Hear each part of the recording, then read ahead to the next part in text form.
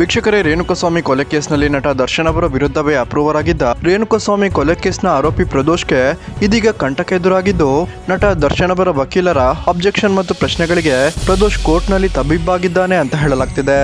ಹೌದು ವೀಕ್ಷಕರೇ, ಇದೀಗ ನಟ ದರ್ಶನ್ ಅವರ ವಿರುದ್ಧವೇ ಮಾಫಿ ಸಾಕ್ಷ್ಯಗಳು ಹೊರಟಿದ್ದ ಪ್ರದೋಷ್ಗೆ ದೊಡ್ಡ ಸಂಕಷ್ಟ ಎದುರಾಗಿದೆ ಅಂತ ಹೇಳಲಾಗ್ತಿದೆ. ಪ್ರದೋಷ್ ಕೋರ್ಟ್ನ ಮುಂದೆ ಎಲ್ಲಾ ಸತ್ಯವನ್ನ ಹೇಳಬೇಕಾಗಿದ್ದು, ಈ ಒಂದು ಕೇಸ್ನಲ್ಲಿ ತನ್ನ ಒಂದು ಪಾತ್ರವನ್ನ ಕೂಡ ಕೋರ್ಟ್ ಮುಂದೆ ಹೇಳಬೇಕಾಗುತ್ತೆ. ಒಂದು ವೇಳೆ ತಾನು ಈ ಕೇಸ್ನಿಂದ ಬಚಾವಾಗೋದಿಕ್ಕೆ ಸುಳ್ಳುಗಳನ್ನ ಹೇಳಿದ್ರೆ ಅಥವಾ ಸುಳ್ಳು ಸಾಕ್ಷಿಗಳನ್ನ ಕೊಟ್ರೆ, ಒಂದು ವೇಳೆ ಇದು ಸಾಬೀತಾದ್ರೆ ಪ್ರದೋಷ್ಗೆ ಕೋರ್ಟ್ನಿಂದ ಕಠಿಣವಾದ ಶಿಕ್ಷೆ ಕೂಡ ಆಗಲಿದೆ. ಕೋರ್ಟ್ ಈಗಾಗಲೇ ಪ್ರದೋಷ್ನ ಮಾಫಿ ಸಾಕ್ಷ್ಯನ ಅಂಗೀಕಾರ ಮಾಡಿದ್ದು, ಇಷ್ಟಕ್ಕೆ ಇದು ನಿಲ್ಲಲ್ಲ ಅಂತಾನೆ ಹೇಳ್ಬಹುದು. ಕೋರ್ಟ್ ನಲ್ಲಿ ಪ್ರದೋಷ್ ಸತ್ಯವಾದ ಹೇಳಿಕೆಯನ್ನ ಕೊಡಬೇಕಾಗಿದ್ದು, ಇದನ್ನ ಪೊಲೀಸರು ಕೂಡ ಸಾಬೀತನ್ನ ಮಾಡಬೇಕಾಗುತ್ತೆ. ರೇಣುಕಾಸ್ವಾಮಿ ಕೊಲೆಯಲ್ಲಿ ಪ್ರದೋಷ್ನ ಪಾತ್ರ ಇಲ್ಲ ಅಂತ ಪ್ರದೋಷ್ ಪರ ವಕೀಲರು ಖುದ್ದು ಸಾಬೀತು ಮಾಡಬೇಕಾಗಿದ್ದು, ಇದು ಸಾಬೀತಾಗಿಲ್ಲ ಅಂದ್ರೆ ಮತ್ತೆ ಪ್ರದೋಷ್ನ ಮಾಫಿ ಸಾಕ್ಷ್ಯನ ಕೋರ್ಟ್ ವಜಾ ಮಾಡುವಂತ ಸಾಧ್ಯತೆ ಕೂಡ ಇರುತ್ತದೆ.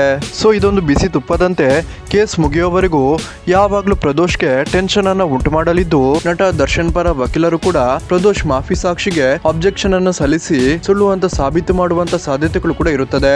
ಸೊ ವೀಕ್ಷಕರು, ಯಾರು ಏನೇ ಅಂದ್ರು ನಾವು ಮಾತ್ರ ನಟ ದರ್ಶನ್ ಅವರಿಗೆ ಯಾವತ್ತಿಗೂ ಸಪೋರ್ಟ್ ಮಾಡ್ತೀವಿ ಅನ್ನೋರು ದಯವಿಟ್ಟು ವಿಡಿಯೋಗೊಂದು ಮೆಚ್ಚುಗೆ ಕೊಟ್ಟು ಜೈ ಡಿ ಬಾಸ್ ಅಂತ ಕಮೆಂಟ್ ಮಾಡಿ ತಿಳಿಸಿ.